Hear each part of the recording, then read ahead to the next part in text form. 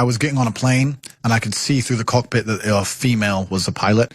And I took a picture and I said, most women I know can't even park a car. Why is a woman flying my plane? And they banned me. Life for a man is harder than life for a woman. We need to have a lot of shit to be an important man. To be a woman, you need makeup. If you're truly beautiful, you don't need anything else. I've been on boats in Dubai with 19-year-old Moldovan girls. The guy who got that boat needed $100 million. That bitch, makeup. Same boat. That's how hard it is. Look at a game of chess. The king moves one square at a time. What does the queen do? Zips here, zips there.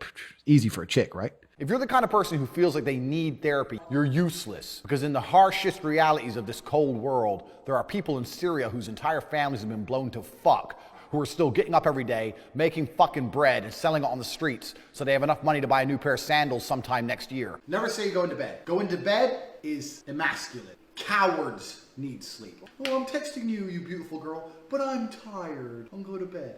You know what I like to say at fucking 1:15 in the morning? I'm going to work. Work at this time, money never sleeps, baby. Then I go to bed. It strikes out of nowhere. If that's true, why is it not universal across the human condition? Why are some countries more depressed than others?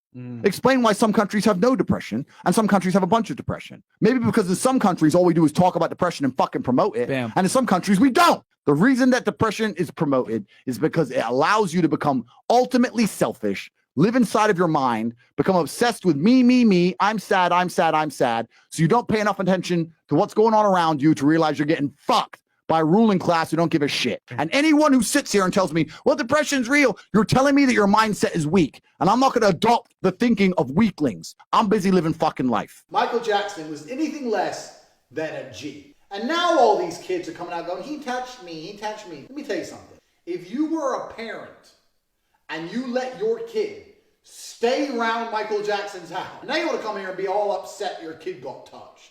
Who cares? Get over it. There's a magical power amongst men, which has been forgotten and lost. When you put enough men in the same room, there's a transference of energy that makes us feel invincible. I say all the time, your friends should bring out the worst in you. And when I say the worst, I mean, you know, when you're with your boys and you're loud, and you feel aggressive and you're about it and you'll talk to that bitch. Who cares if she says no?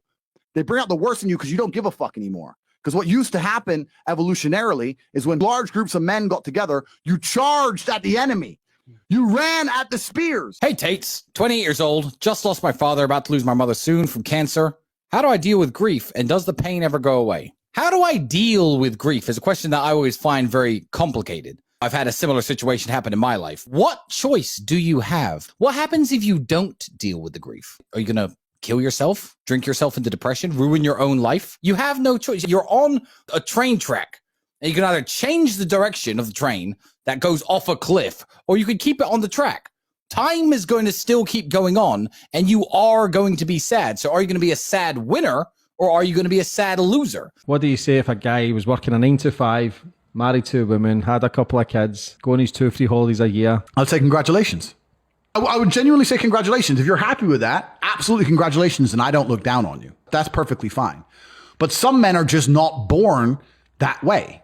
Some men are born with something else inside of them, with a fire inside of them. Some men are not satisfied with that. I know me as an individual, I could not be satisfied with that. That doesn't mean I look down on the people who are. You're confusing 1% of men with all men. The majority of men have no money, no power, no sex from their wife, no fucking chance in court. They can't even keep their house. They won't get to see their kids. So most men, their life sucks. That's the first thing. The second thing, when a man gets up at 4 a.m. to go carry garbage to earn a good wage, he ain't thinking, I'm going to do this so I can oppress that bitch because she's broke. He's doing it thinking so I can provide for my family, so my woman can stay at home and raise my kids and have nice nails while I'm out here carrying trash. You go to a coal mine, those dudes are not down there thinking about oppressing women. They're down there thinking about providing for women. Us men are prepared to take on more bullshit to protect you than you would possibly believe. Men are out here giving up their fucking life for you chicks. And feminism prevents you respecting it. What is Tate's advice for guys below 6 feet? It's absolutely ridiculous to go through life wishing you're something you're not. The chessboard is the chessboard. It doesn't matter if you're 5'9", 5'7", 5'2". That's who you are. So you can be the best version of yourself and own it, or you can become an insecure bitch about it. I'm in hospital right now from a bike crash. I broke my back. I currently can't walk. I may not walk again. What would you guys do in my situation? I appreciate you guys a lot. Thanks. Find his YouTube. Let's contact him privately, and I want to verify that story. And if it's true, we're here to save you, brother. We're going to help you out. Yeah, we're going to help you out. That's a true story. Life is like a game of chess. You can't take moves back. All you could do is look at the position you're in and make the best moves possible. What you can't do is sit around thinking, oh, I wish I hadn't ridden my bike. You can't do that because you'll destroy yourself. You're a slave if you have a job in any form. Some slaves are better paid than others, but most people are slaves. If the people in charge of the world can print unlimited amounts of said thing, and you'll give up your life for certain amounts of said thing, then they own you. They control you. Oh, you need $100 to do this. Print.